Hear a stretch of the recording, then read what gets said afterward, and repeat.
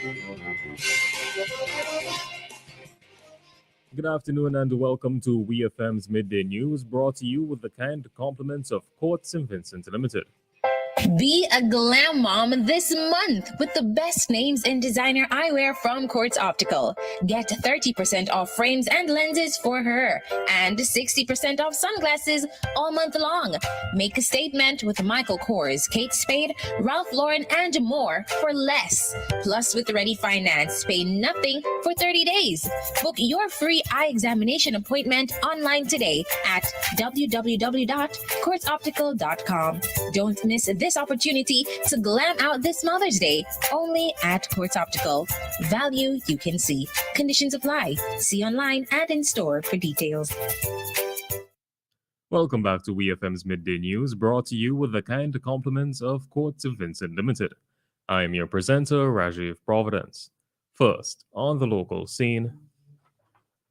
As demand for fish in St. Vincent and the Grenadines increases, the government is making a significant investment in the fisheries industry. According to Minister of Finance Camilo Gonzalez, $4 million will be put towards the purchase of commercial fishing vessels, as well as the hiring of captains to facilitate training of local fishermen. Minister Gonzalez made the disclosure and at a recent press conference where he discussed the type of vessels that will be utilized. We've been doing a lot of consultation with the market. There are some industrial vessels that cost up to $800,000, and those can harvest in a year 120,000 pounds of lobster during season. And there are some medium-sized vessels which are not the industrial type. They cost about $300,000. They can do a very good mix: 70,000 pounds of lobster, another 100,000 pounds of tuna and snapper. Each one will hold between 5 and 10 crew members. Minister Gonzalez goes on to discuss the number of boats the government hopes to purchase, as well as compensation for fishermen that participate in training. We hope to get about 6 boats within this money. Maybe a little more, depending on how many large ones and how many medium ones we get. Minister Caesar will sort that out. We hire the experienced captains. We compensate the local Vincentians well for working and learning on the boat. And then eventually, when we've paid off these boats, and these boats will pay themselves off very quickly because of the amount of demand that we currently have in the economy, we allow local fishers to lease these boats or use these boats, and we reinvest that $4 million to get additional boats. So we will keep rotating this investment, and as we pay off one set of boats, we lease them cheaply to local fishers and get some more boats to expand the capacity of the fleet. That was Minister of Finance Camilo Gonzalez. Active cases of COVID-19 in St. Vincent and the Grenadines are now down to 21 following the report of 7 new COVID-19 recoveries. There were 3 new rapid antigen cases confirmed by the latest COVID-19 update released by the Ministry of Health, Wellness and the Environment. No new PCR cases were confirmed. There are no patients currently admitted for COVID-19 care in country. SVG's COVID-19 death toll remains unchanged at 106. 70,310 COVID-19 vaccines have been administered here in St. Vincent and the Grenadines, 36,268 being first doses and 30,437 being second doses. 3,605 COVID-19 booster shots have been administered so far. Since March of 2020, 8,428 PCR and rapid antigen COVID-19 cases have been recorded.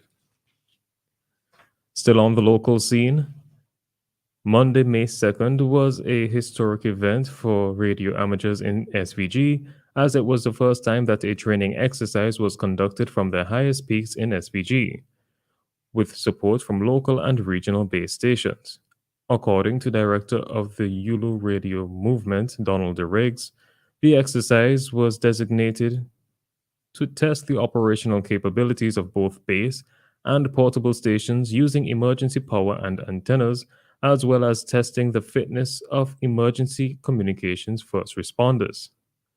These training activities are held annually to prepare volunteers for the storm season, but what made this exercise unique is the fact that there were radio operators on the summits of the four highest points in SPG. A debriefing was then held via Zoom where volunteers discussed the exercise, looking at areas that need improvement as well as commending volunteers for a job well done. On to news in the region. The Caribbean Community CARICOM expressed its deep concern over a recommendation by a commission of inquiry that parts of the British Virgin Islands Constitution should be suspended to allow the United Kingdom to exercise direct rule to fix governance issues. In a statement, CARICOM said it supports the BVI government and people in their objection to this recommendation. The 15-member trade bloc notes Virgin Islanders and their elected representatives can implement changes needed to ensure better transparency and accountability without the UK imposing direct rule. CARICOM said direct rule will be a retrograde step toward the colonial period. Guyanese national and father of West Indies cricketer Versamy Permaul, Avamanent Permaul, was remanded into custody when he appeared in court on Tuesday, charged with murdering his wife. 52-year-old Winmati Datali Permaul was found buried in a shallow grave 7 days after she was reported missing. Permaul, who was unrepresented during the brief court hearing, was not required to plead to the indictable charge at the New Amsterdam Magistrates Court in Guyana. West Indies and Guyana cricketer Versamy Permaul had reported his mother missing to the authorities last Thursday, telling them he had not seen or heard from her for a week.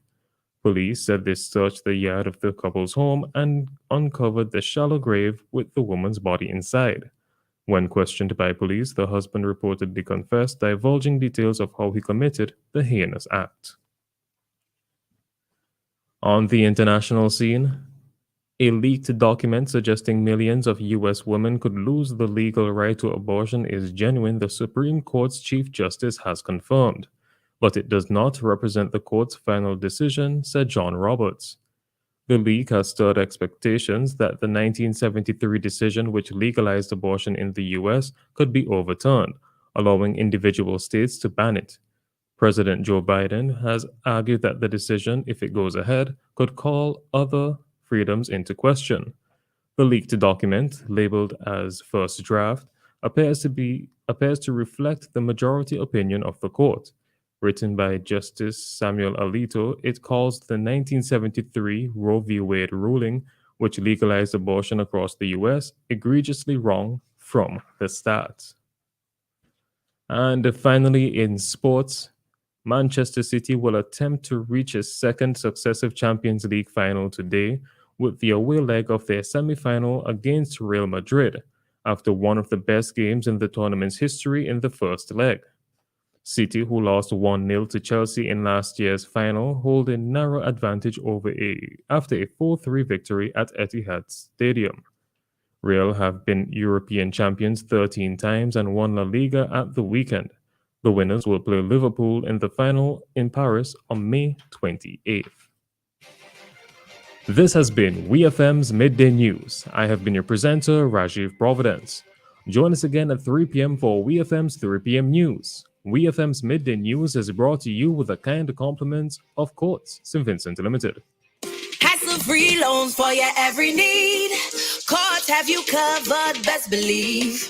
Courts Ready Cash is for everyone. Not to worry, fast approval. Hurry up and come. We got it all.